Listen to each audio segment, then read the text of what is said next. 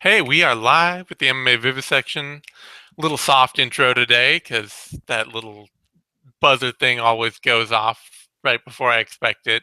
Although I didn't get to dance this, I'm trying to like dance my way into every show a little, something lighthearted for the fans out there. I know how much y'all love me. I just need to get like, I want to auto tune my voice for a show. I would love that. I would love that so much. Just for all those people who like constantly complaining about my audio, which I can't hear. Like that's the worst part. I even did like a Twitter poll once to ask people that are reasonable and not on YouTube, because fuck YouTube commenters.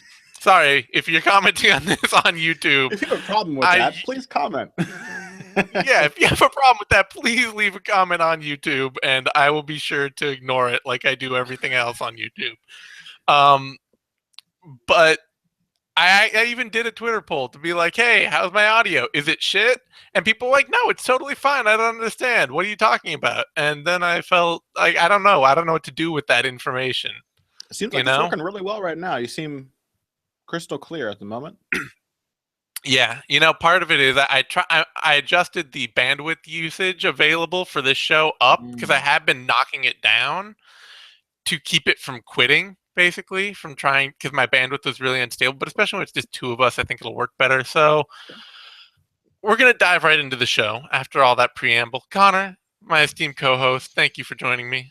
Yes, sir. I'm very happy to be here, and I'm very happy to be discussing this card. I think it has kind of flown under the radar because of the huge weekend we had last weekend. Doesn't seem like there's been much promotional push, but if the UFC Mm-hmm. is trying to continue riding the high of UFC 194 and the two events that preceded it, this is a pretty damn good lineup to do that. Yeah, I mean, it's just one of those things where after an event like UFC 194 or UFC 193, there's gonna be a card afterward where you're just kind of like, yeah, you know what? It doesn't matter who's on this. Like, it's a good card, but there's just not you're gonna have a serious come down. You know, Sure. like Well, everything's just gonna be.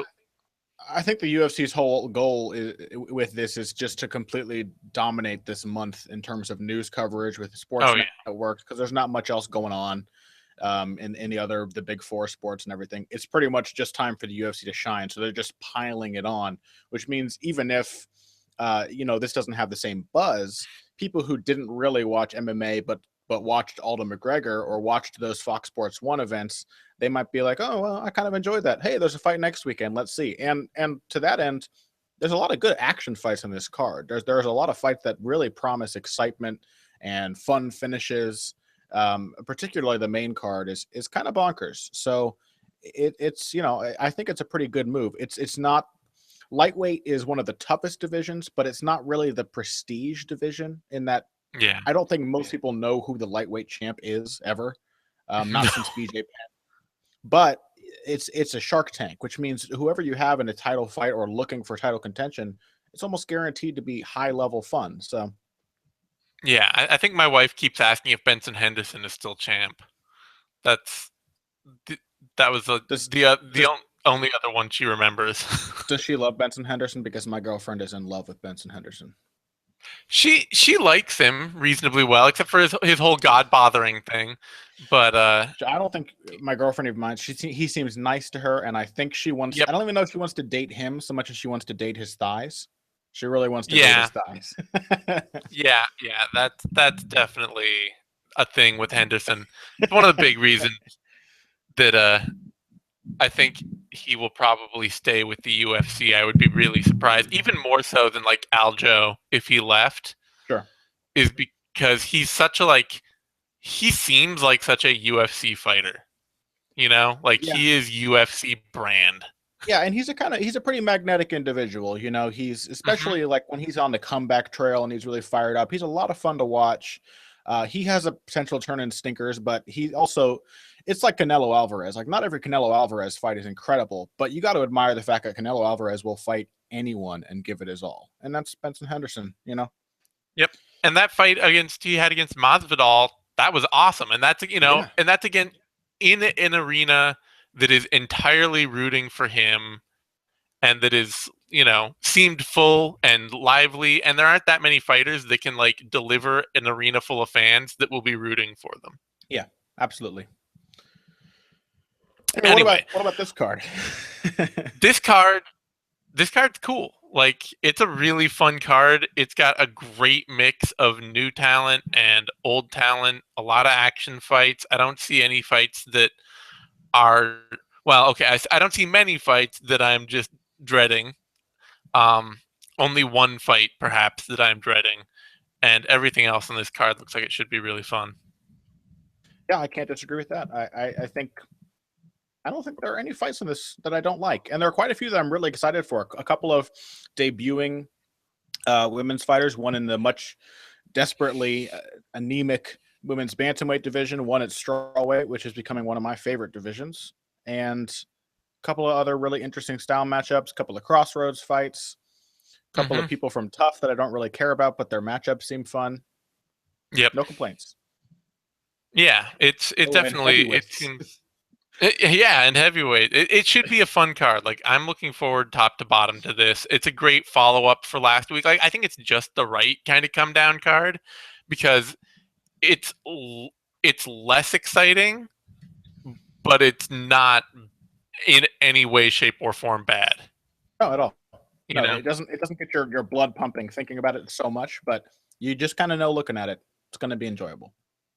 And then, of course, right after that, we get or just after that, we get UFC 195 with Lawler Condit to bring us right back up.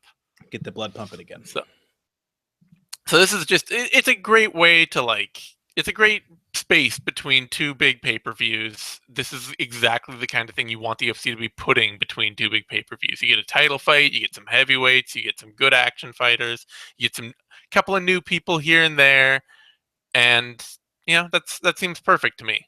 On that note, let's jump straight into the first fight. Heavyweight bout, Luis Henrique, Francis Ngannou. Well, it's heavyweights, and all the good and bad things that entails. Really, what this one comes down to, and I don't think it's worth a lot of discussion, is that Luis Henrique is very, very stiff, very robotic. He's young, but he really looks like a stunt man or something like that. He's like Arnold Schwarzenegger or something, like doing fight choreography, which everything's just really telegraphed. And Francis Ngannou is smooth and athletic and pretty fast. He's also bigger. Enrique's coming up from light heavyweight. He's had a couple of fights at light heavy, so I think it's going to be Ngannou, probably by a submission, because he's got a pretty nasty guillotine that he likes to snatch up.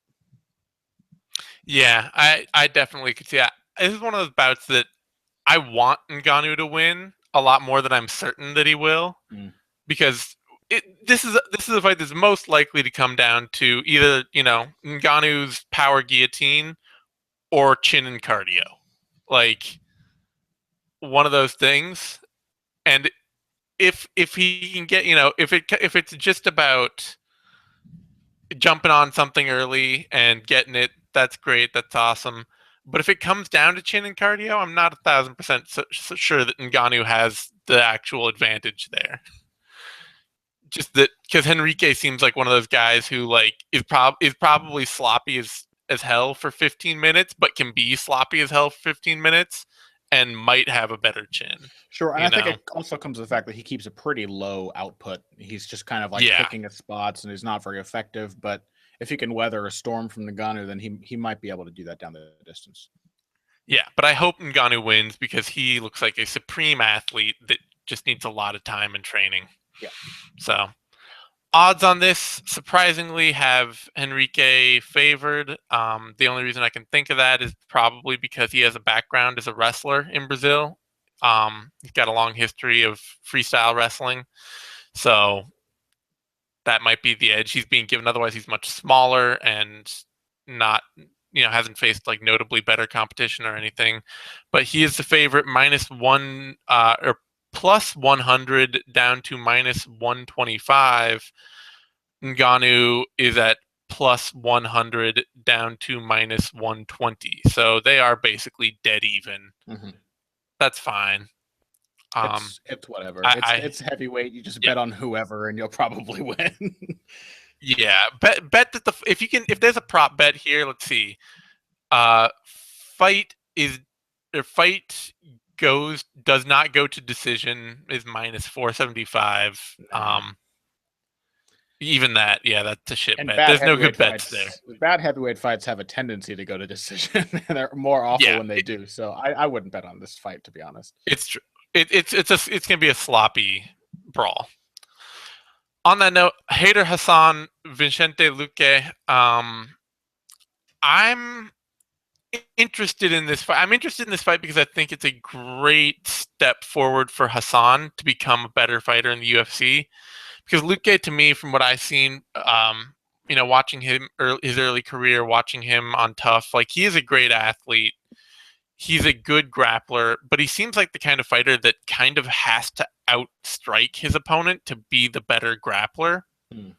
If that makes sense. Sure. Like if he doesn't have, he's not an amazing wrestler, and if he doesn't have the edge in striking, then he just ends up stuck in these range striking battles that he's losing, trying to get inside, force a body lock, and force the fight to the ground. And Hassan is kind of a little ball of muscle. He's not an awesome wrestler, but he is a quality power puncher. I think I'm going to go with Hassan here and pick him to get a stoppage in the probably like first or second round. I remember thinking that Luque should have won their fight in the house. That it was a pretty close battle between them the first time. I'm just going to go ahead and double down on that and pick Luque again. It's not a fight that I particularly care about. I think Luque is a little more well-rounded in his skill set, but Hassan may have, as you noted, a lot more strength in his specific area of choice. Luque tends to have sometimes some bad fight IQ, but Hassan doesn't really have any choice but to be taken down. Sometimes we saw how badly he was out wrestled in the Kamaru Usman fight. Not that Luque can do that, but Luque's not a bad grappler. He just makes some suspect decisions sometimes. I think I'll go with Luque by decision. Yeah, this is also a fight that is not worth betting on. We're talking a bad welterweight fight instead of a bad heavyweight fight. Yeah. It's going to be pretty chancy. Both guys are limited. Both guys have singular skills that their opponent can't match, and that always makes things chancy. The odds on this, Hassan is the favorite, minus 105 down to minus 125. Luque is the underdog, plus 103 down to minus 115. So once again, dead even. You can get both fighters as a favorite. I assume we're going to see a win by submission or a win by or a loss or a win by a knockout, and probably be a finish, and that's all I can say about it.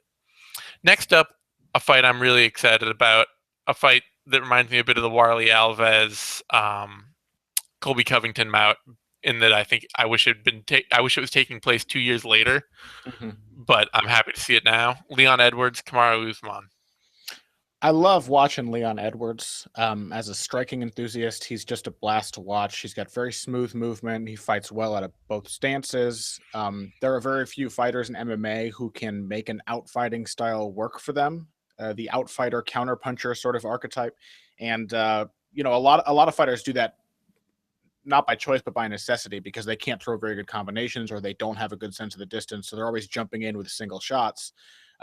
Think of like Uriah Faber, for example. But Leon Edwards he really feels that style when he fights. He has excellent timing. He steps in very gracefully and laces his opponent up with these straight left hands. He's just a very sort of he's got a beautiful striking style. It's very pretty and fun to watch.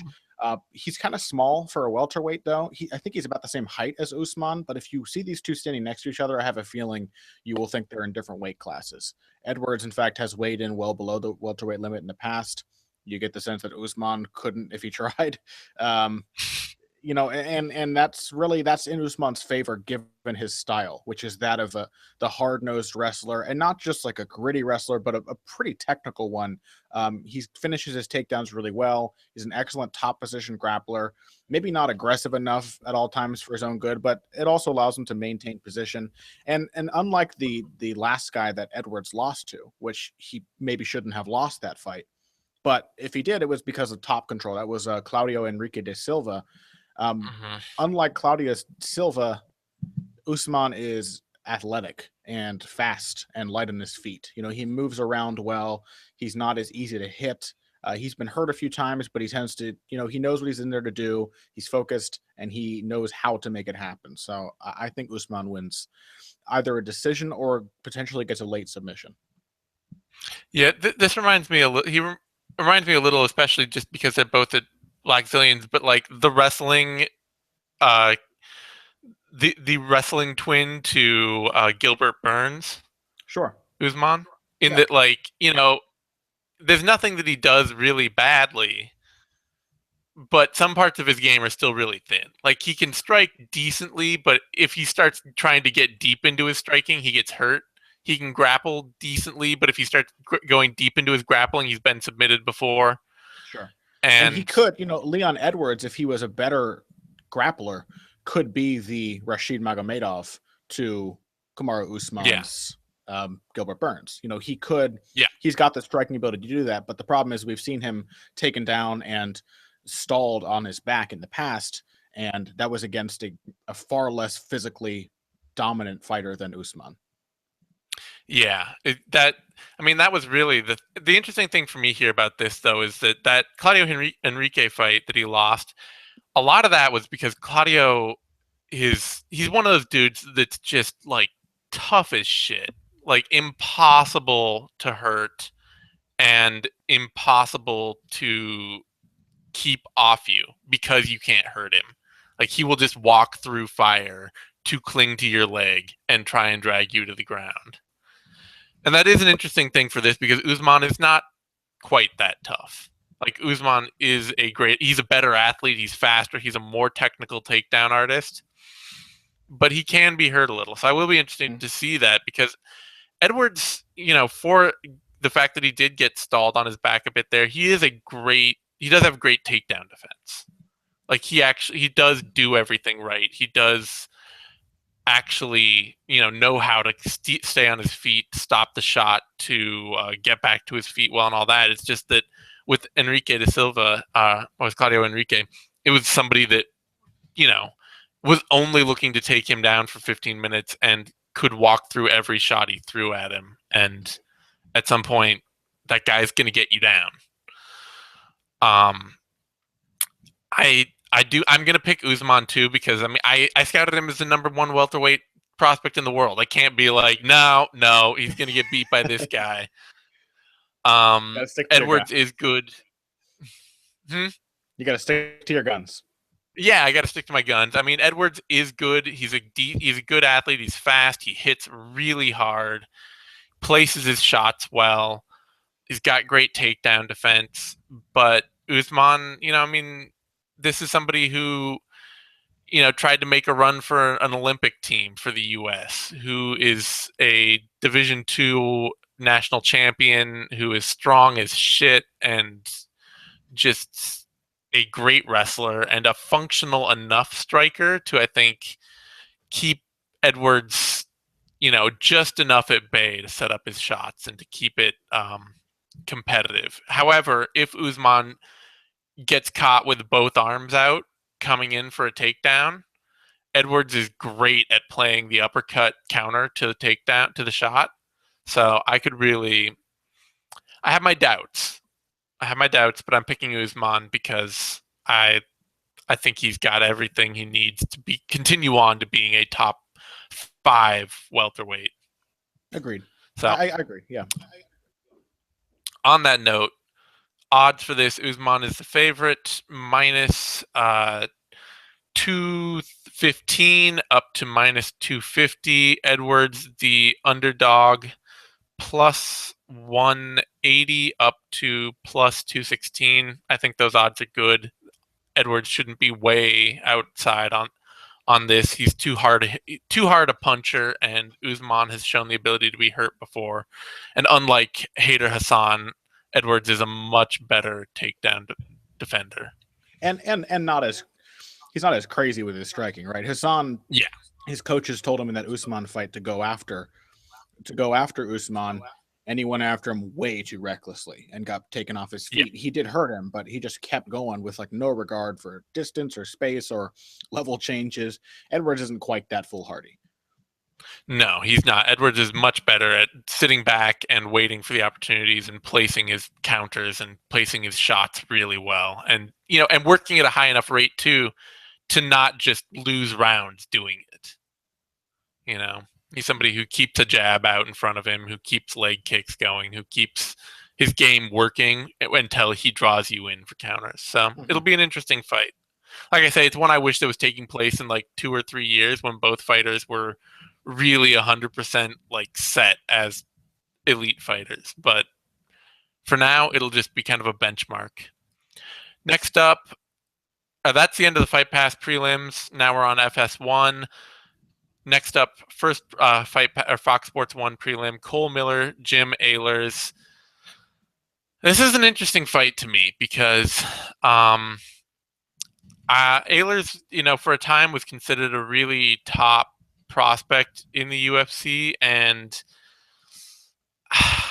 I'm not sure that he's going to pan out. I have a feeling he could be a little bit on the Nicholas Backstrom route, where he obviously has some very real particular skills, but that division is just so hard to climb that he could end up outside the UFC just for hard matchups.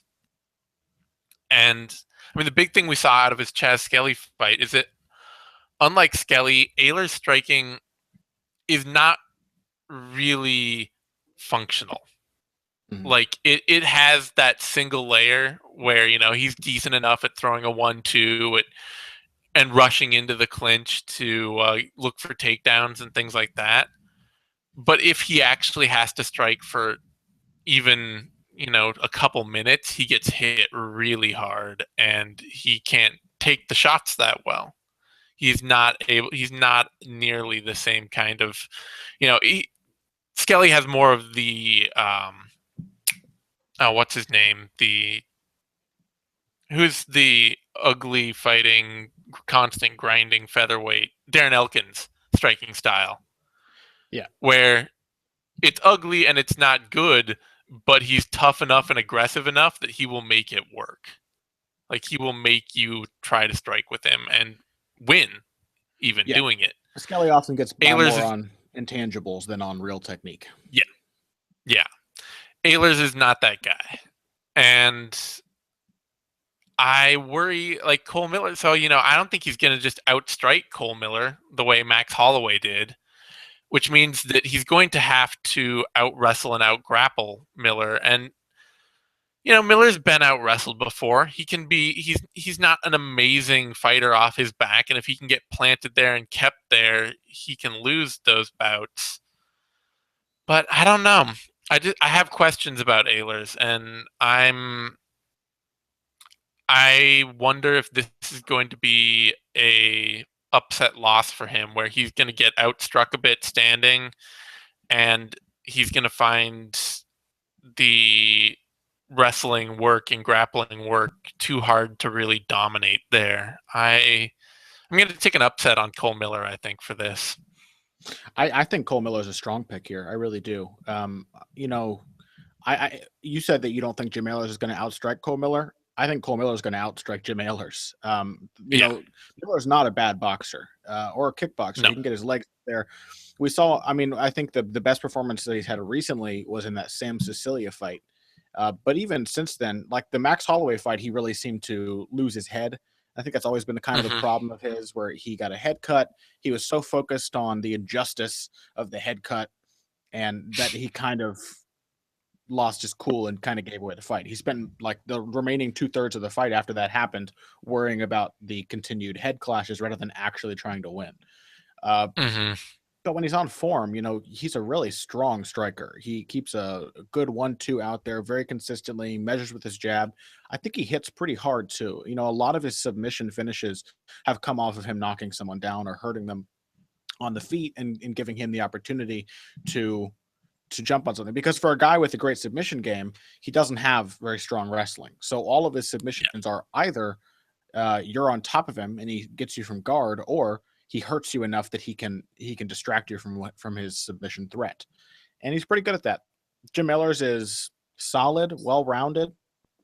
He can probably take Miller down, though. I'm not sure how safe that is for a relatively inexperienced fighter.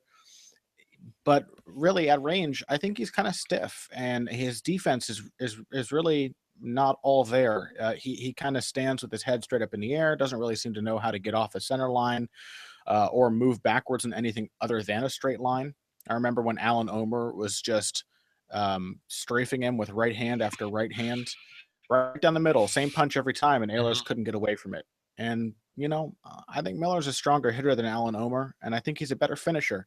So I think Cole Miller will get this, and I think it might be a TKO, if not a knockdown that leads to a submission. Yeah, Cole Miller, he's just kind of like, he's kind of weirdly and oversized, but thinner Joe Lozon. Sure. You know? Sure. Like, scrappy everywhere, and if you can really beat him in one area, then you can beat him. Like, if there's one thing that you just do way better than him, you can beat Cole Miller. Mm-hmm. But if there's not, then he's going to be constantly aggressive and constantly working and constantly dangerous. Yeah, he's a dogfight for any all-rounders, Yeah. So I think in that point, you kind of have to pick Miller here. Ehlers, it's not even like a lack of experience necessarily. It's just he's never really quite seemed to get into a good camp. I can't remember now where he's training. Like, he's listed at Tough as Nails, but I think he's actually started to spend some time at one of the bigger camps down there. I'm not sure which one now, but it just seems like he's got a game that's been built out of really small camps, and it's just never evolved to be a deep technical game. Mm-hmm. That brings us. The odds on this are surprisingly Jim Ehlers is the favorite, minus 130 down to minus 119. Cole Miller, the underdog, plus 108 down to plus 100. I think Cole Miller is worth. Do you think it has anything to do with the fact that this is in Florida? I can't see, like, around the U.S. shouldn't be that big an advantage. Like, that doesn't make sense. It's kind of weird, right? Miller's coming off of a fairly competitive fight with Max Holloway. Ehlers is coming off of a knockout loss. I'm not really sure why Ehlers is the favorite here. Yeah, like you can get Miller wins inside the distance at plus 240. That seems like a good bet to me. There are a few of odds like that on this card. We'll get into some more of those prop bets later, but there's a few tempting ones. So next up, Nick Lentz, Danny Castillo. I believe it's your lead. I think it's really hard to favor Danny Castillo at this point, especially because, and this is maybe not completely a justifiable point to make, but I kind of get the sense that Team Alpha Male is falling apart. I don't think Martin Kampman's there anymore, or isn't there full time. So they kind of are back to the place where they've had no head coach. Despite seeing the improvements that it had when Dwayne Ludwig was there, Uriah Faber can't seem to get over his ego and allow there to be someone who will tell the team what to do. And so it's once again just Uriah Faber being the coolest guy in school while everyone else just kind of seems to struggle through either a routine that isn't working or no routine, and that isn't working either, where there's just no focus or direction. You get that sense watching their fighters, and Paige Van Zandt did not look like she was anywhere near prepared for Rose Namajunas. Her only shot after the first round of that fight, it was pretty clear, was Namajunas getting tired of beating Paige Van Zandt up. That was the only way she was going to win that fight. Danny Castillo has looked really off of his game lately, hasn't seemed to have any clear idea of what he wants to do. Uriah Faber had to pull from the deepest wells he had to beat Frankie Saenz, and while I expected that fight to be close, and Faber is slipping athletically, and then Chad Mendes getting knocked out twice in recent fights. The only alpha male who's doing consistently well is the one who's no longer an alpha male, TJ Dillashaw. So, I just don't know what's going on at that camp, and I'm not sure if there's anyone there who can retool the problems of Danny Castillo's game and turn him back into an effective fighter. And even though he should be bigger than Nick Lentz, he's also 5 years older. He's not quite as experienced, but to me, in Lentz's last fight, he looked like he was kind of coming into his athletic prime. He looked pretty sharp Mhm. against Charles Oliveira, particularly with his boxing and blending it into his wrestling. I thought he looked really nice. And I just think it's a bad style matchup for Castillo. You know, he needs space to operate. He likes to fight in bursts, kind of like Faber. And he has never done well in like a dogfight. And Lentz is the kind of guy who is going to swarm him and take that space away from him as much as possible and as often as possible. And while he probably can't get Castillo down that easily, he can hold him against the fence. He can wear away, and he can just take away his breathing room and win a decision. So I have to pick Nick Lentz.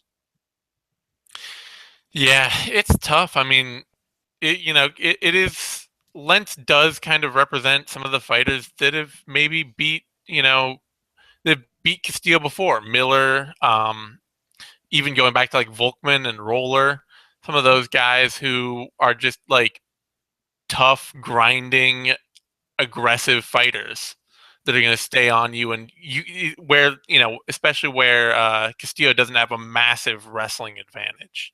Hmm. If you look at the best wrestlers he's beat, it's probably like Joe Stevenson, Charlie Brenneman, and Shamar Bailey. Maybe I think Shamar was a pretty decent wrestler, or his classic KO over Ricardo Lamas. But it's not a lot of the guys that he tends to beat, and including Brenneman, um, tend not to be UFC level, or they tend to be kind of underwhelming in physically. Yeah. A lot of them, even Tim Means of 2013, before he became the sort of really put together Tim Means of today. Tim Means, who had recently been struggling with a meth addiction, is like the last Yeah, really solid win of Danny Castillo's career. yeah, and Lentz, yeah, he looked really solid against Oliveira. He honestly, I mean, I think he gassed. That's my only question, and that may be solved by going up to lightweight, because that's kind of a thing with Lentz, is especially at featherweight, he really packs on a lot of muscle to a Mhm. small frame. He's 5'8", and he was just kind of huge at featherweight, just Yeah. like bowling ball. He may have So felt I that wonder, now's the point in his at 31 where he can no longer cut there, and he had a yeah, decent run, but now he's got to keep that strength and gain a little stamina and go back up.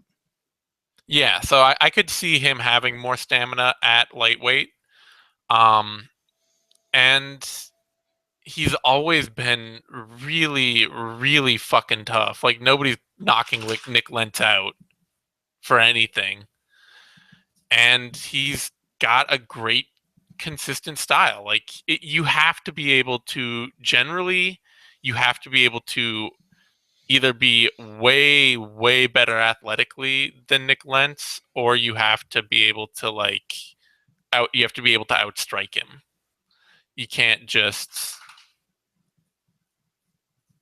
most grinders and people like that who've gone against him, Dunham and Bocek being his last two grindy losses, most of those guys lose. Mm-hmm. He even beat Hakran Diaz, and I could see that as being like a pretty comparable matchup to this one. So Castillo, yeah, I got to pick against Castillo too. I think the only thing I'm interested in is it does seem like he's trying to fit a new style. Like I think he may have spent some more time with Ludwig for his last camp. I think that's what it was, is that he actually went out and fought and spent time with Ludwig, because he was like the other guy that Ludwig was like, oh, I really love working with Danny Castillo. He's made so many strides. He did seem to be improving. He seemed to really be kind of getting his feel for distance and balance and throwing combinations, and then it just Yeah. But so for his last camp, it really looked like he tried to do something totally different against Jim Miller. And the big reason he lost was that he wasn't comfortable with it at all. He just didn't have his timing down. He didn't have feeling for distance down. He didn't quite know when to throw what. But if that's improved, then maybe we could see a much better Castillo in this fight. If it hasn't, then I think you kind of have to pick Lentz to take it. Odds on this are basically dead even. Danny Castillo is plus 100 down to minus 115. Nick Lentz minus 102 down to minus 130. So I wouldn't bet on it, frankly. I mean, Yeah, a lot of you wouldn't bet might, fights on this card. yeah, like you might be able to take Lentz for this, but going back up in weight and like I don't know, maybe maybe a bet on Lentz um might be worth something at like, but you can't even get him at plus odds, so I don't. Just doesn't even seem worth it to me. That brings us to Josh Saman, Tamden McCrory, another fight I'm really excited for. And we should probably recuse ourselves from picking because I don't know how easily I'm going to pick against Josh Saman if he's Yeah. listening, especially under the threat that, he probably he might know enough about me to know where I live at this point. Maybe not, Can we but say a few things about Tandem McCrory?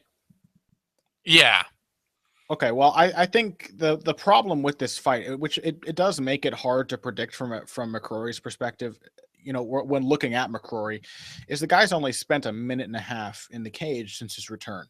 So there's very, Yep. very small sample size to look at. And what we know about Tandem McCrory from his previous UFC run is he was always a pretty good fast starter at the beginning of a fight. He's always had Mm-hmm. pretty good, dangerous combination boxing in mid and close range, using his height to land those short punches. And he's always been a pretty aggressive submission grappler. And it looks like he's polished up a few of those areas of his game, but I'm not sure if we will be. It was so tantalizing to have McCrory come back and be like this force of nature. I'm not really sold on the idea that he's suddenly going to be a much better fighter, or if he's just going to be a refined version of what he always was, which, it's great to be a fan of Tandem McCrory. He was always a blast to watch, but it's a minute and a half. It's really hard to take anything away from a fight that lasts that long. Granted, as Jordan Breen pointed out on the Sherdog Roundtable the other day, he beat up a guy who's known for beating people up, and he submitted a guy who's known for submitting people. So that's a little bit of a push for McCrory. But I'm just not really sure how much we can take away from McCrory's recent performances. Yeah, and I mean, to the extent that Jason Butcher is known for submitting people, that's kind of like saying that, I don't know, um, like, I don't know, he's not known for submitting good people, Yeah, basically. Like, I remember his fight with Jiva Santana, and he won by TKO in the second round sure. because his grappling game was nowhere to be found. It's kind of, yeah, like that's not a necessarily meaningful thing. And Brennan Ward is decent. He's a good athlete, good power puncher, not a refined fighter. And but that's a solid win. It's solid. It is a minute and a half though, and it is really. It'll be interesting because I mean I think the biggest thing is going to come down to can Saman weather the early storm, because we obviously have seen that he can be a slow starter, especially like immediately out of the gate. Mm-hmm. He can get a little overwhelmed, and McCrory has faster hands. Like McCrory is going to throw punches, I think, at a speed that Saman may not be ready for coming out. So I could see him getting caught early. After that, I think it's really going to come down to physical advantages and, how much better of an athlete is Saman, because I think that's really where he is going to be a lot better, or Yeah, generally better. I don't really have any reasonable questions about either Josh's durability or his composure under pressure. I think we've seen, Yeah. in the triangle he got caught in triangle armbar against Kevin Casey, and the grappling from Eddie Gordon. He has always done a really good job of really just staying calm and composed in difficult Yeah. fights and coming through and adapting. And that's often not been McCrory's strong suit, where he has, you Yep. know, despite coming from the Jeet Kune Do background, which is supposedly, using whatever works, he seems to have a pretty fixed style. that doesn't really change as the fight goes on. Yeah, and Saman did come out a lot better in that Kyle Magalesh fight Oh, and I've really seen him. fought. I've seen him working on his striking, and he's doing all kinds of new things. Really going gung ho for the stance switching, kickboxing, range striking approach. I think that'll work great against McCrory. So Yeah, I think as long as he can freeze McCrory up on the feet enough to stay safe early, then he'll have a pretty good shot at taking this as the fight goes on. Just maybe, and probably even I would even pick him potentially to get a submission or a knockout. Saman is an exceptionally opportunistic finisher, mhm. and McCrory tends to fight in a way that is either like, he's a live by the sword, die by the sword kind of fighter. Mm-hmm. So I think Saman by finish might be a safe bet. Odds have Saman favorited, minus 170 down to minus 190. McCrory plus 135 up to plus 158. I think that's reasonable. I think that McCrory is, they're both very dangerous fighters. So I don't know how much of an extreme advantage I'd give either one, but I think that makes good sense. Sure. Saman especially has had the much higher level of competition lately, which I think is Mm-hmm. a good reason that he should be favored. And has pretty much gotten better each time he stepped up in competition. Yep, yep. I've been actually pretty surprised by his improvement. Um, I got to say, like I didn't expect it as much as I like him. That brings us to Sarah Kaufman, Valentina Shevchenko. Um, Now I got to give the UFC. I'll lead this off. I got to give the UFC a big hand here for picking up Valentina Shevchenko. As badly as they've done to find any talent in this division over the past year, she is the first woman signed for more than a year by Yeah. the UFC at bantamweight. Um, the one that they ended up getting is probably the best that they could get. And if it weren't short notice, and if Sarah Kaufman wasn't almost impossible to knock out or take a decision over, I might even pick Shevchenko here. She's the much better technical kicker. She moves better. She's faster. She's a better athlete. She's got good takedown defense. Um, she can get stuck on her back a little. Actually, she has better takedown offense, I would say, than defense, but she can get stuck on her back a little. I think she might have some trouble with really good wrestlers because she keeps such a narrow base. But she's a great offensive fighter and somebody that I think will be a real bonus to the division. But Kaufman is such a solid, consistent kickboxer. Like, it is really hard to get a win over her. And on short notice, I got to pick Kaufman to just be able to sit in the pocket and stay on Shevchenko with volume and outwork her. I think if this were a full camp, like I say, I think Shevchenko might have a better chance. But I could easily also see Kaufman being able to, Shevchenko pushing the clinch and diving on the clinch because she really likes to clinch fight as a Muay Thai fighter, and just ending up pressed up against the fence, getting kind of ground on, and maybe losing rounds there. So I'm going to pick Kaufman, but mostly because of short notice.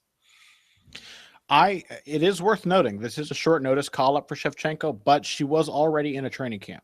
Mm, She has 5 weeks of training under her belt, I believe, at this point, which means she's probably pretty good in terms of athletic preparation, if not in yeah. specific preparation for what Kaufman brings to the table.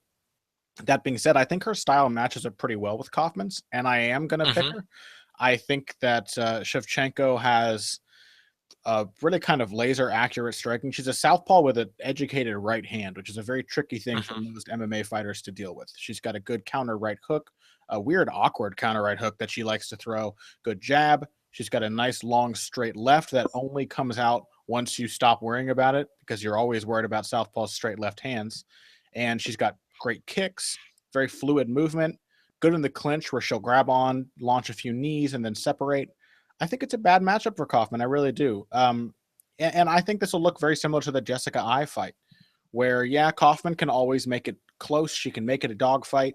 She will get in there because, as you said, she's so consistent. You can always expect the same things from Sarah Kaufman, Mhm. even when it comes to facing crazy athletic and skilled grapplers. You can expect her to get submitted.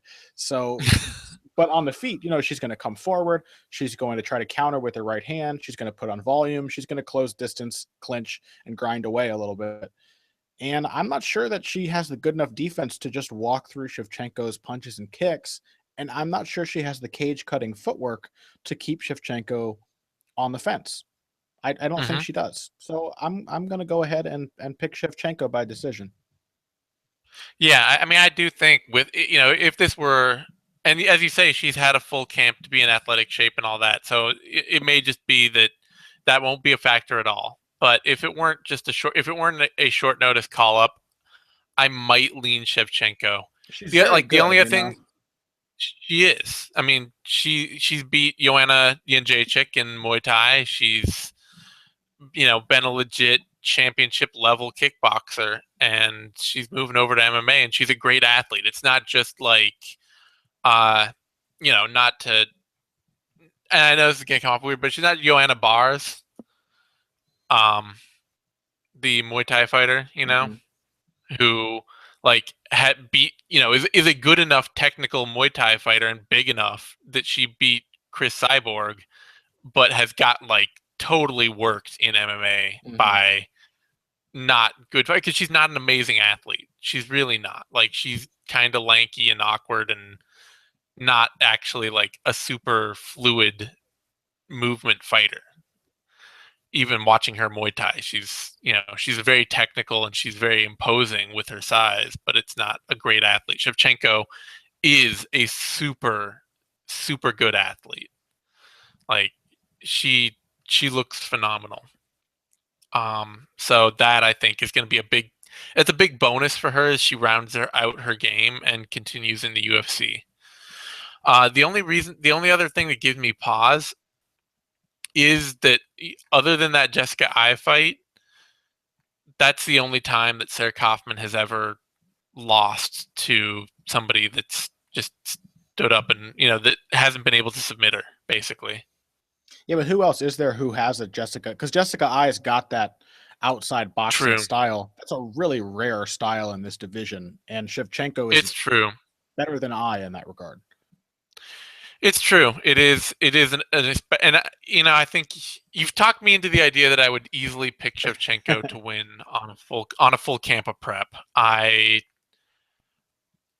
reasonably I reasonably think that Shevchenko could win this fight. I'm gonna pick Kaufman just out of the safety of short notice, but Like, for example, given her last performance, would you pick Kaufman over Amanda Nunes just because Kaufman's never been outstruck? Because I don't think I would. I might. You I don't would. know. I might. Amanda Nunes is so, like, she is such an early, like, I win early or I lose Sure. Yeah, that's fighter. true. That's true. That's true. But that's I not would actually Shevchenko. No, it's not. But also, the thing with Shevchenko is that her level of competition in MMA has been zero. True. Like, she has a loss to Liz Carmouche and then a win over Jan Finney off a 3-year hiatus for Finney, and that's it. Otherwise, she's only crushed cans. Mm-hmm. So it's just on short notice, in a massive step up in competition, I will take Kaufman, but I think Shevchenko is a very live dog. The odds on this, Kaufman is the favorite, -201 to -235. Shevchenko, the underdog, +191 down to +170. So there might be, that might be worth an underdog bet there, quite frankly. Yeah, I think Because so. Shevchenko does have a terrible style matchup for Kaufman. I think so. And also, Yeah. she's a pretty sizable underdog, but also Shevchenko by decision +350. Yeah. She's not much of a knockout artist. Kaufman's Nope. tough. Shevchenko wins, it's probably going to be a points win. So I think that's a pretty damn good bet. Yeah, that does seem pretty reasonable. That brings us to CB Dollaway versus Nate Marquardt. Take it away, Action Connor. I think CB Dollaway is going to spark Nate Marquardt into oblivion. I think it will be sad and utterly predictable. Nate Marquardt struggles with good wrestlers and he struggles with power punchers. And I think CB Dollaway is both of those things. And though he had a couple of hiccups, again, I don't know how much we can take away from that quick loss to Lyoto Machida. You get hit clean on the liver, most people go away. Yep. So it is what it is. And then he had a competitive fight with Michael Bisping, who I think is looking at his very best ever right now. I really, truly think Michael Bisping is in top form. The Dollaway win was very impressive. The Talis Leites win was great. I think he's been really competitive. The only guy he couldn't beat recently was Luke Rockhold. And Luke Rockhold is like so much bigger than Michael Bisping. It looked like two different weight classes in that fight. Just a different level of fighter. So I put a lot of stock in how what Dollaway did in that fight. I like what they're doing at Power MMA. I've liked what they do for a while. I think especially with the new striking coach, Chaz Turner, Ryan Bader really seems to have turned around. And so, and now they got the good training partners. They got Miles Jury there. They got Michael Chandler. They got all kinds of fun people to work with now that everyone's left Alliance. So it's Dollaway by first or second round KO. Yeah, this is the one fight on the card I'm not looking forward to at all. I'm not going to spend any more time on it than you did because you got it. It's Dollaway by early knockout. He's a better fighter than he's given credit for and a worse fighter than I want to think that means. Sure. Yeah, I get that. Like he's underrated. Yeah, but he's not that underrated. Yeah. He's like borderline top 15, and Marquardt is maybe not even the top half of the middleweight division these days. I definitely think Dollaway, with a couple wins, could easily cement himself as a top 10. I think he's the kind of guy who could hang around in the lower half of the top 10, no problem. Yeah. So that brings us to, and the odds on this are CB Dollaway minus 375 up to minus 420. Nate Marquardt plus plus 280, 270, all the way up to 348. I would like to point out, Dollaway inside the distance is plus 120. Oh, wow. That's a bet. That is a bet. If ever there was a bet on this card. It's the best bet on the entire card. Dollaway inside the distance is the most likely outcome in this fight, the way I see it. I think he's more than a skilled enough puncher to put Marquardt away. And Marquardt just can't take a shot anymore. And he's never taken a shot that well anyway. So, underdog odds on Dollaway knocking him out seem pretty good. Yep, that seems like an excellent bet to me. That brings us to Charles Oliveira, Miles Jury. This is a great fight. This is to me a kind of a sink or swim moment for Miles Jury, and it'll be an interesting thing to see what Power MMA has done with this game, what they've changed, because that loss to Donald Cerrone sucked. Yeah. Like, that was a shit awful loss, and because he wasn't competitive in any part of that fight. Like, he was not competitive at all, even a little. Yeah, few people are who try to strike from the outside against Donald Cerrone. Yeah, but I mean, Miles Jury is getting to the point where he should be a competitive top 15 fighter. Like, that's the guy that's been coming on for a while. And Donald Cerrone we're seeing him get a title shot. It's not like Donald Cerrone's, just some guy, but you got to at least be in there a little, especially on the rise, on the way up. You need to be showing a competitive fight. And that was bad.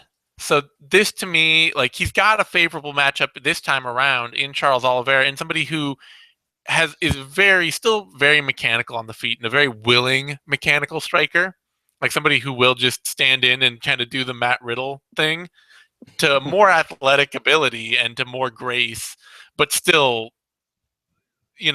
very formulaic kickboxers, Oliveira, to pull out a Goldbergism.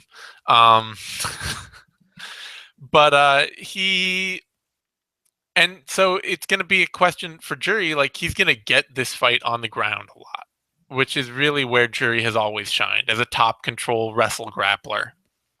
That's been the best part of his game throughout his career.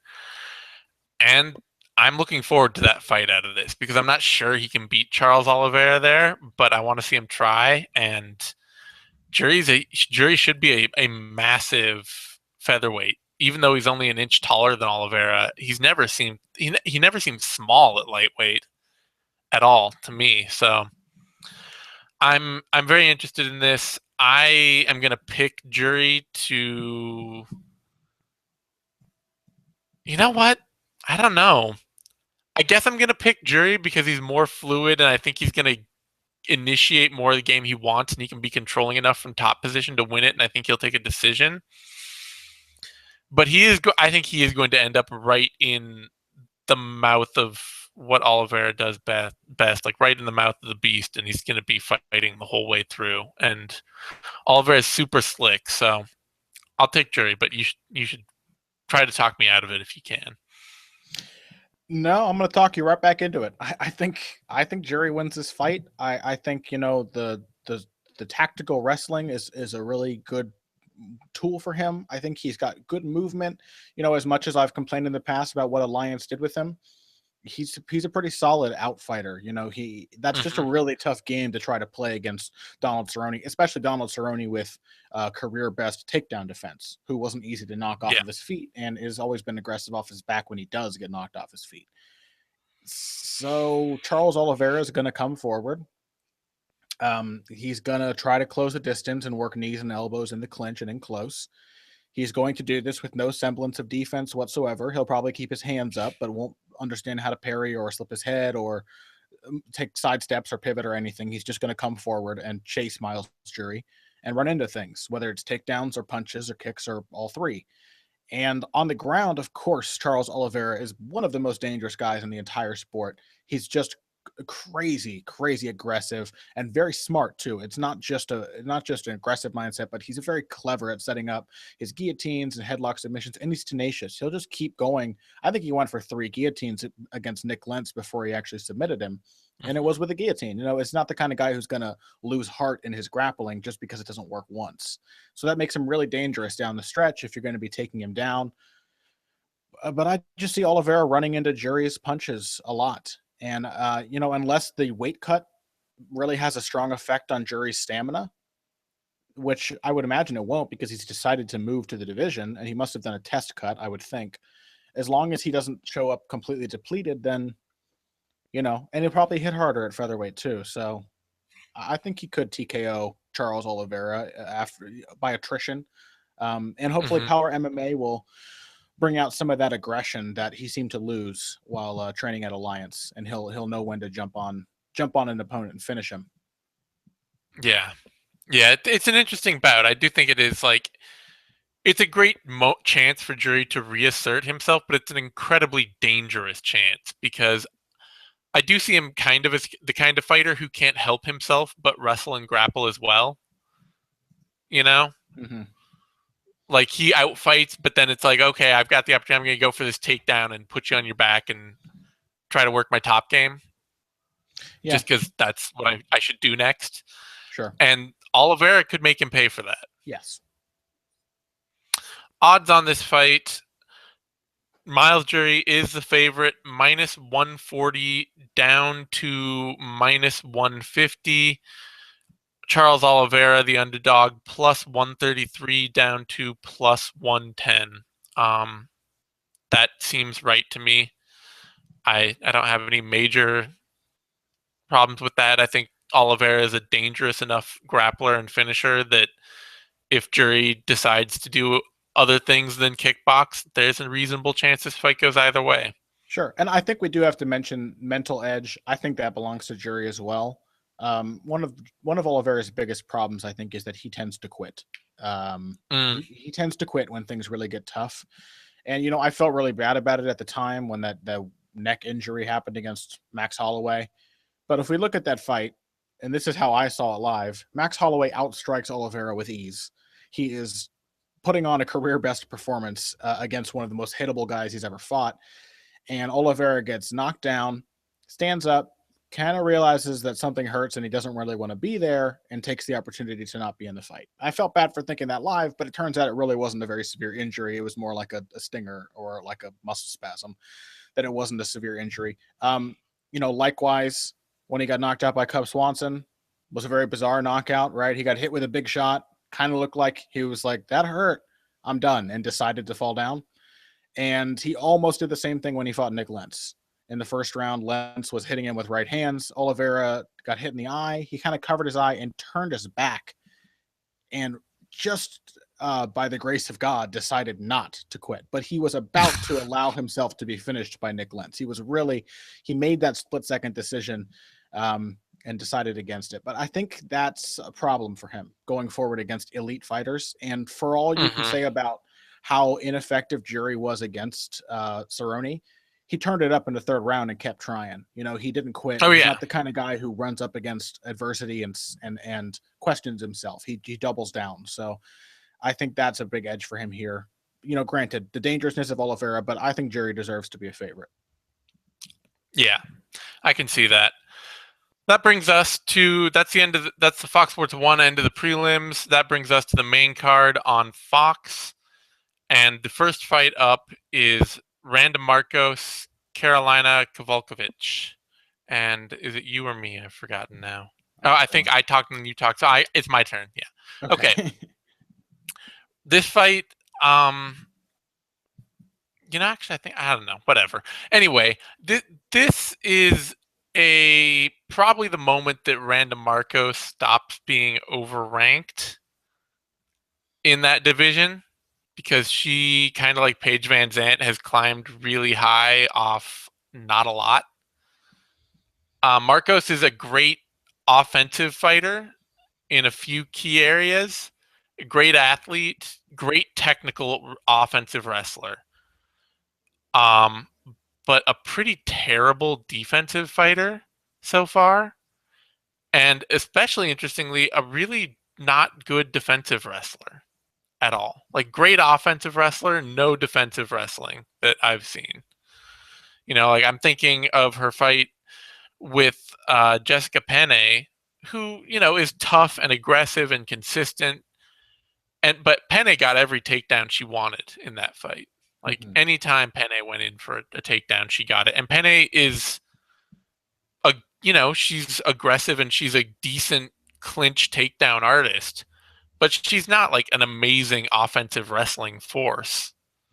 She's just consistent and aggressive. And for somebody like Marcos, who has her wrestling background and who is as good at like hitting the double and hitting an angle off the double, or switching from the single to the double and completing a takedown, you really kind of expect her to have more defensive tools to stuff a shot as well. But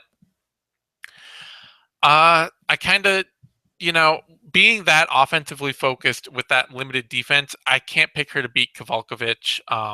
Kowalkiewicz suffers from some of the stereotypical great, and things that have changed a little bit with Polish fighters, but some of the more stereotypical problems of being like a really solid kickboxer and a really solid grappler and not the world's greatest wrestler in between. But she's aggressive enough in her grappling and clean enough in her kickboxing and solid enough in the clinch and just consistent enough everywhere that I really feel like she's just going to take rounds off Marcos, that she can outstrike her and outwork her on the feet.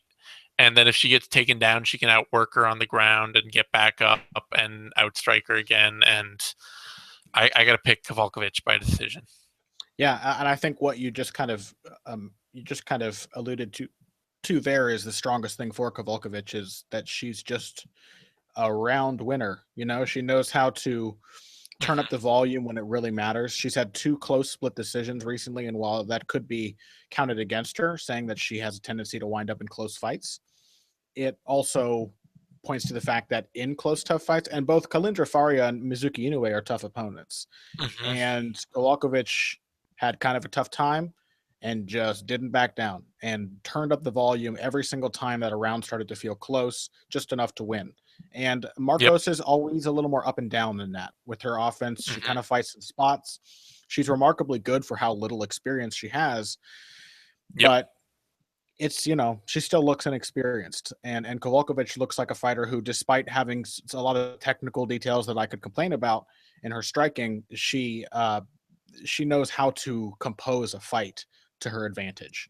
So yeah, I Yeah, think Kowalkiewicz is a strong pick. I'm not really sure why she's an underdog, if only just because it's her UFC debut. But unlike Shevchenko, she's had a full camp, and yep, as endearing as Ronda Marcos is, and as fun to watch as she is, I think Kowalkiewicz. Um, and this should be a back and forth action packed fight, because I don't think Kowalkiewicz knows how to have any other kind at this level, nor does yeah. Marcos. But Kowalkiewicz wins those fights, and Marcos, we tend to give her credit for putting up good performances in fights that she loses. Yeah, I mean, I think Marcos has the potential to be a top 5 fighter down the road. Sure. Like, she's a great athlete, and she's a superb offensive wrestler in a division that still does not have a lot of great wrestling. And she's a good power puncher. Like, she has a solid 1-2, like overhand right, especially kind of striking. She's a future potential top 5 fighter, but Kowalkiewicz enters the UFC. She should be a top 10 fighter right away. Like, she should be a top 10 fighter right Sure. now. Yeah. And that's, Kowalkiewicz might not go way higher than that, but being that right now makes her the safer pick right now. Yeah, Marcos is the favorite. Some reason, minus 180 down to minus 195, and Carolina Kowalkiewicz is the underdog. Plus 145 up to plus 165. I think a bet on Kowalkiewicz, especially a bet on Kowalkiewicz by decision at plus 224, might be solid. Definitely. That brings us to Michael Johnson versus Nate Diaz. This feels like a fight that should be really easy to predict. You look at this, your first reaction is like, okay, Michael Johnson is doing really well. He should have beat Beneil Dariush. I don't think it was as bad a robbery as everyone else seemed to think, but it was a fight that I did think that Johnson edged. Similar to the Barboza fight, which I thought was pretty close, and Johnson edged that one as well. But so it feels like Michael Johnson's on a tear. Nate Diaz is on whatever the opposite of a tear is. He's had a couple of really poor performances. The only redeeming one in the past, 3 years, being the win over Gray Maynard, who has proven to be very knockoutable as of late. So, and then the rest, granted, 2 elite fighters, Benson Henderson, Josh Thompson, Rafael dos Anjos, those aren't bad losses. But they haven't really been great performances from Diaz either. One of them, he was knocked out for the first time. By dos Anjos, he was completely destroyed. And Benson Henderson just kind of casually took him apart. So they haven't really said a lot about his commitment to MMA. And then he came in overweight in the Rafael dos Anjos fight. I don't really have to give all the reasons why it feels like Nate Diaz shouldn't win here. But Michael Johnson is going to box with Nate Diaz. And I really think it's become far too easy to forget how close fights like that can be. The last guy to just try to strike with Diaz was Donald Cerrone. And he's fighting for a title tonight, but a couple of years ago when he fought Nate Diaz, he was completely destroyed by Nate Diaz's hands. And I think Nate Diaz is a really underrated boxer. His style is ugly and bizarre, but he uses his length way better than Big Brother Nick ever has. He keeps a long jab out there. He's got his awkward counter right hook that's very sneaky and hard to get past. Long straight left hand. He has his weaknesses, just as Nick does, like weaknesses that exist in every fight. But I'm not sure that Johnson's the best guy to take advantage of them. So at the very best, I think this is a fight that, yeah, I've got to pick Michael Johnson, but I think it'll be kind of back and forth. And I think Nate Diaz will have some moments, and especially if Johnson decides to try and take him down to break his rhythm and mix up things on the feet, because boy, does Nate Diaz have a killer guillotine. And I think Johnson could really find himself in some tough spots just about everywhere this fight goes. And Johnson's not the kind of guy to chop Diaz down with power leg kicks. Diaz can probably take Michael Johnson's leg kicks and step through him and land punches. So also, he looks like he's in great shape for this fight. He really looks like he's really lean, has really gotten his zeal back for fighting. I wouldn't actually be surprised if Nate Diaz won. I've talked myself into thinking this fight is way closer than it is. So I just had to stick to my guns and say, yes, Johnson's a safe pick. I'm going with the safe pick. Johnson should win. Nate Diaz, you can't trust him anymore. but you can't really count him out either. Yeah, Nate Diaz has well, in some ways he has officially entered Nick Diaz territory, without ever, because he's never quite been Nick Diaz to his own, No. Unfortunately. Um, but he seems to have entered like late career Nick Diaz territory, Yeah. where like it's really easy to talk yourself into the ways that he could be competitive, and then you will see him half the time and he'll just get totally outclassed anyway. Like you Yeah. can talk yourself into like, no, he does this and that, and who's going to be prepared for his boxing, and who's going to be prepared for his grappling and stuff like that. RDA is going to try to take him down, and what then? And then he shows up and you're like, oh god, oh god. It's wrecked. He gets wrecked. Like, and I think I was there live for that Ben Henderson fight, and man, Ben Henderson just put a beating on him. Yeah. Like, it was not close. It was not pretend close. It was Nick Diaz GSP close. Sure. But then again, you have the fights where you're like, yeah, look at this, like the Donald Cerrone fight, the Jim Miller fight. For Nick, you have, even the Anderson Silva fight. That's late career Nick Diaz, and he was really competitive with one of the best middleweights ever, the best middleweight ever. Like that's, and it wasn't even his division. So you get these little rewards for believing in the Diaz brothers, but then you're reminded why you just shouldn't count on them every other fight. Yeah. So on that note, you have to pick Johnson. I do agree with you. Diaz looks like he's in phenomenal shape, and there's every chance that he shows up looking better than ever. But he's also a guy with a really long career under his belt already, and we just may never, like, no matter how good a shape he's in, that guy may just never be around anymore. Sure. What a derailment would it be if he beat Michael Johnson, though? Yeah, it would be severe. It would be, actually, it would almost be prototypical for lightweight division, which just seems to have, it has a really tough time getting guys over and keeping them over. Yeah, well, it's a Shark Tank. Like, it's the only division in the UFC that is a Shark Tank from number 1 to number 10, the whole top 10, and there are guys struggling to get into that ranking. And so you see guys and you're like, he's a top 10 and he isn't, because anybody could beat anybody on any given day of the week. Yeah, it's such a tough division just to tread water in. Like, Edson Barboza being a top 10 fighter and losing last time out, and to Tony Ferguson, and it's just like, and he beats Paul Felder, but it wasn't like he just killed Paul Felder. Like, Paul Felder's nowhere near the top 10 right now. Like, it is a ridiculously tough division. It would be par for the course to see Nate Diaz beat Michael Johnson in that division, quite frankly. Johnson is the heavy favorite, though, minus 435 up to minus 550. Diaz, the underdog, plus 444 down to plus 325. That is honestly fine by me. We have not seen a good Nate Diaz show up in quite a while. That brings us to the co-main event, Junior Dos Santos, Alistair Overeem. And this is going to be an awesome fight, but I can't help feeling a little bit depressed by it. Yeah. Yep. Yeah. I totally get where you're coming. You don't even have to explain it. I get where you're coming from. Yeah. A lot of things about this fight just kind of bum you out. Yeah. It's very much a what could have been fight out of two guys, like one guy who's been heavyweight champion in the UFC and another guy who's been heavyweight champion everywhere else. Yeah. And neither of whom seem anything like a heavyweight contender right now. No. It's and yet they are still like the 3 and 4 heavyweights in the world, Yeah, it's heavyweight. It's the best and the worst. It's like when you see this fight, all you can think of is, man, imagine how cool this fight was 3 years ago.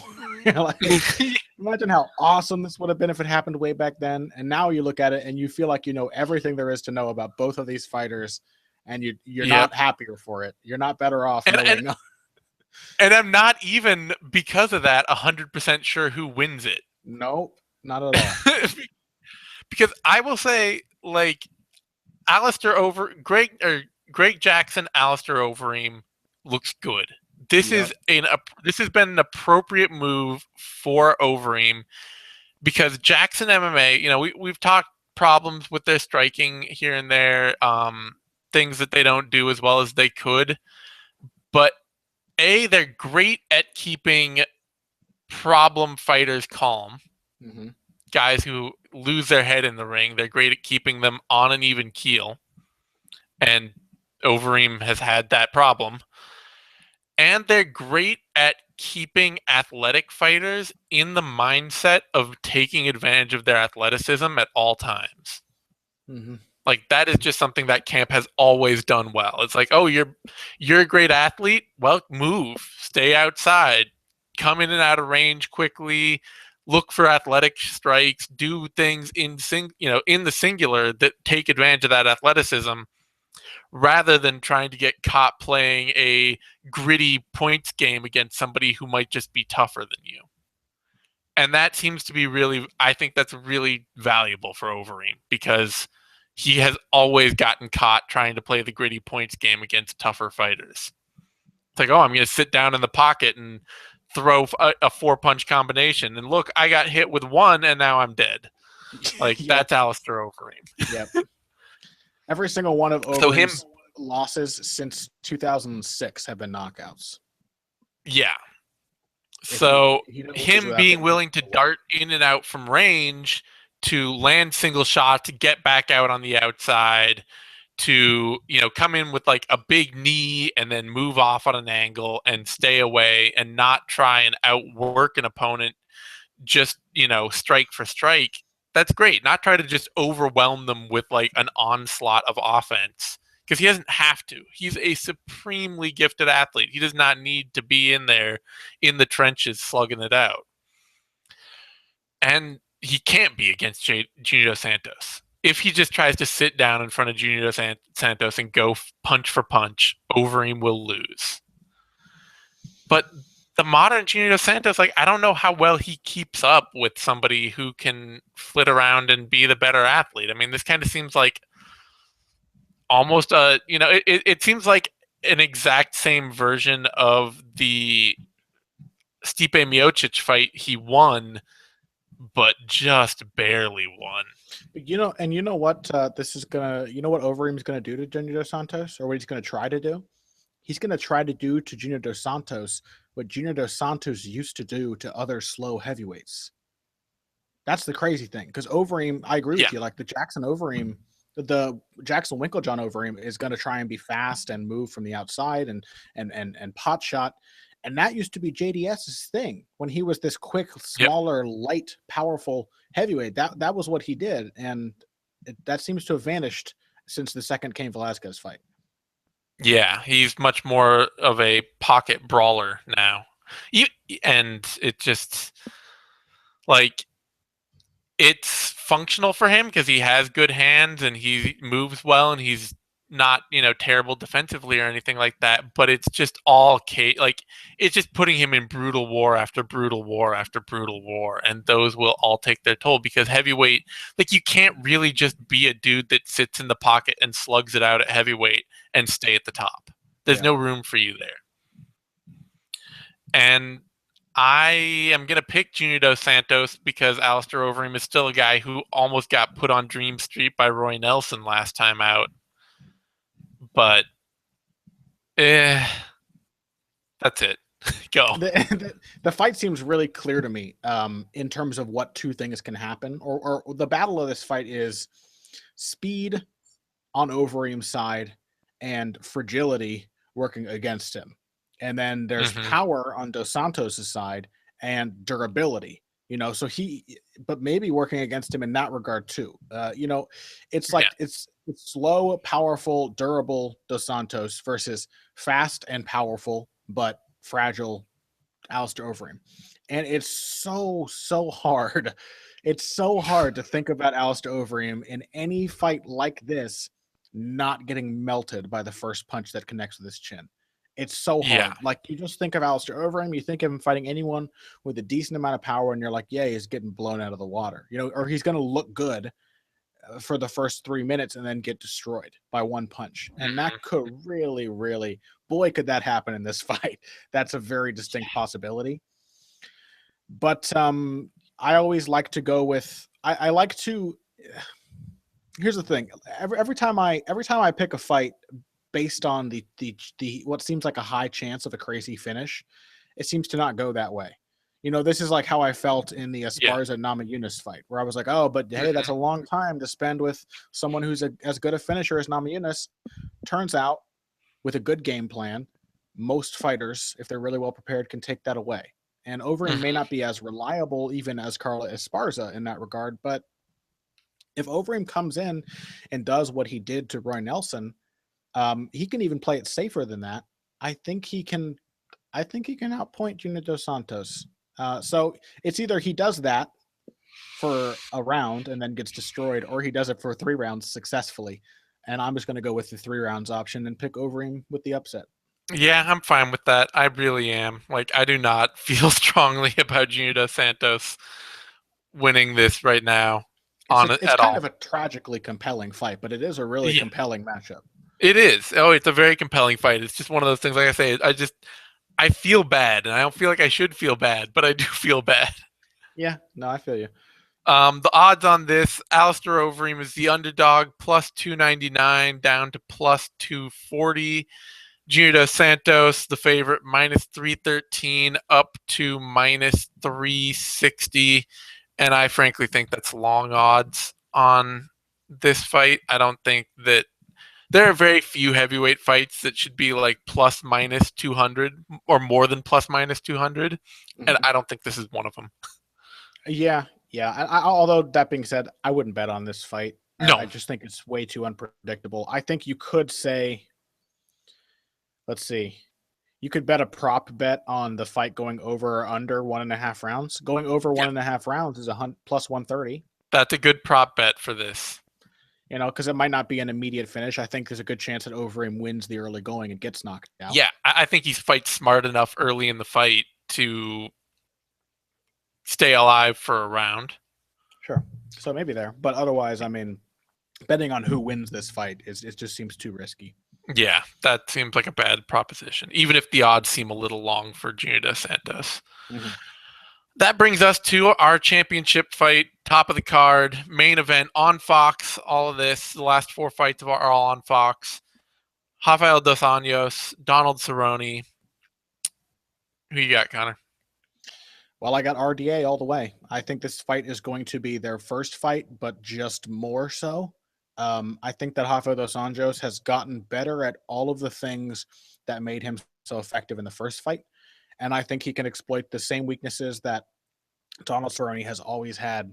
For all we said before about Greg Jackson being a master at working with mentally weak fighters, he's never seemed to completely be able to fix the slow starter, um, the trepidation that Donald Cerrone seems to feel when he's against an opponent who starts to take it to him early, and he almost feels like he can't contend with them. I think in the past he said he had like a fear that he would gas, and so he would. But whatever his rationalization, he doesn't. He's never done that well against guys who come out of the gate strong. Mm-hmm. And he's never done that well against pressure fighters for that reason, and he's often not done that well against southpaws for other reasons. And Rafael Dos Anjos is all three of those things: a fast starting southpaw pressure fighter. I also think Dos Anjos is probably actually one of the harder hitters in the division, who's only just recently found the capacity to put that power on his opponents. Mm-hmm. But he really seems to pack a solid punch. He's got a really consistent approach. He throws a ton more volume these days than he did when he fought Cerrone the first time.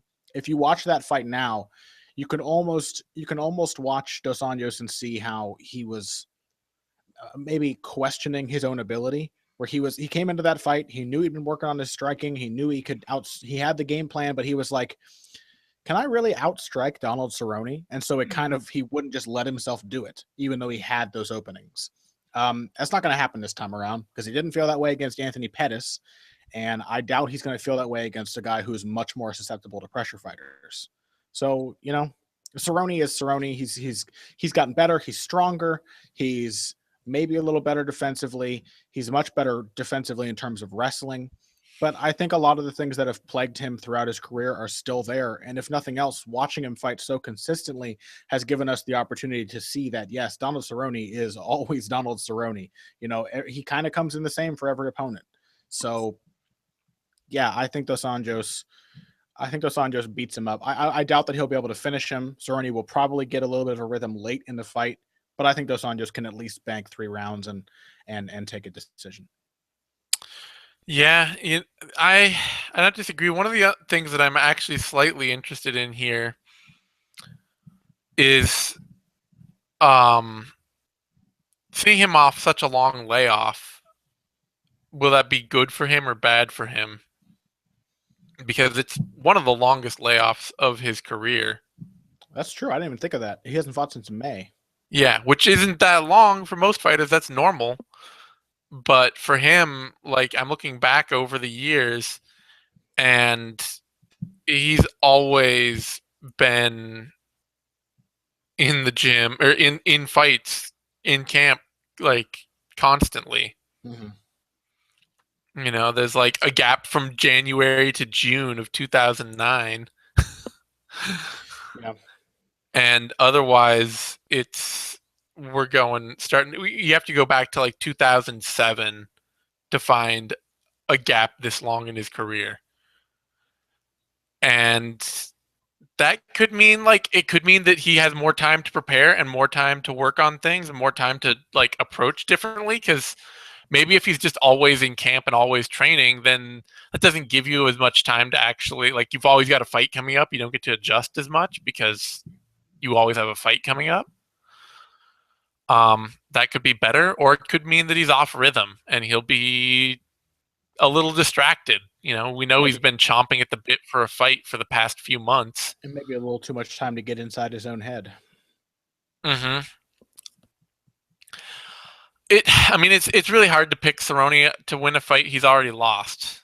That's kind of the biggest thing, is that we've already seen this fight, and did it. It's not the matchup that seems primed to beat Dos Anjos, and it never has been. I mean, you look at Dos Anjos' losses: Khabib, Tebow, Guida, Tyson Griffin, Jeremy Stevens. Any of those guys sound like Donald Cerrone? No, and the only one that was within the past 3 years, past 4 years with Gleison Tebow, but the past 3 years was Khabib Nurmagomedov, and that is like as far from Donald Cerrone as you can get. Yep, and Tebow is too, frankly. I mean, yeah. It's just not. Yeah, especially like you remove the split. Tebow was a split. So let's say that could have been a win, and Guida's was a submission injury to a jaw injury. That caused that, and Habib's his only like direct loss since late 2009, or since early 2009 rather, when he lost to Tyson Griffin. So Dos Anjos is just on too much of a roll. He's got a game figured out. He reminds me a bit of it's like Jacare, who started out as a much better striker and learned to be a better wrestler. Sure. Like, he's always been a very good jiu-jitsu player, and he's always been a good Muay Thai striker, like a decent, active Muay Thai striker. Not great, but like, he was always active, fast hands, kind of a classic MMA striker back in the day. Not complicated, but decent enough in small bursts. And then the wrestling has just slowly built up over the years to marry those two into a really complete package now. And granted, you could say the same thing about Donald Cerrone. Yeah, you can, I think, definitely. And it's just that Donald Cerrone's, his wrestling is more defensive and his grappling is more off of his back, and that makes him somewhat easier to shut down. I You know what? think You know like what that. Pat mentioned to me on heavy hands is that Cerrone might want to shoot takedowns against Dos Yeah, Anjos I think that that's not a bad idea at all. because he's not a bad offensive Like, wrestler. He just doesn't tend to do it very often. yeah, because the way it is, he's so like offensively with Donald Cerrone, you're worried about striking, and most particularly, you're worried about range striking. Mhm. And then if you take him down, you then have to worry about his submission offense, and you have to. But if you're not like otherwise, like it's not a broad offensive skill set he's throwing at you. He's coming at you with a range striking game. If you can close that down, you can negate a lot of it. We've seen a lot of fighters do it. You have to be careful and consistent, obviously, or you end up getting your jaw broken like John McDessie did. And we've even seen some improvements in it where he was able to take a points win against Benson Henderson, but it was a very close run fight and one that a lot of people thought Yeah, Henderson won. definitely. I do. Um, but you can close him down on the feet, and if you're not, the chances of him taking you down or playing like a really consistent top game are pretty low. They're basically zero. So he kind of lets opponents dictate how they want the fight to go if they don't just sit at range with him. Mm. And since Dos Anjos isn't going to just sit at range with him, I think he can do a much better job dictating the fight and winning it. Like that just kind of seems to be his thing. He doesn't have the weak. He does. He. It's not like looking over his wins. Adriano Martin sat outside with him. Edson Barboza did too, and almost beat him there. Frankly, I mean, it's not like a fight that Edson Barboza was losing up until he got knocked down and choked out.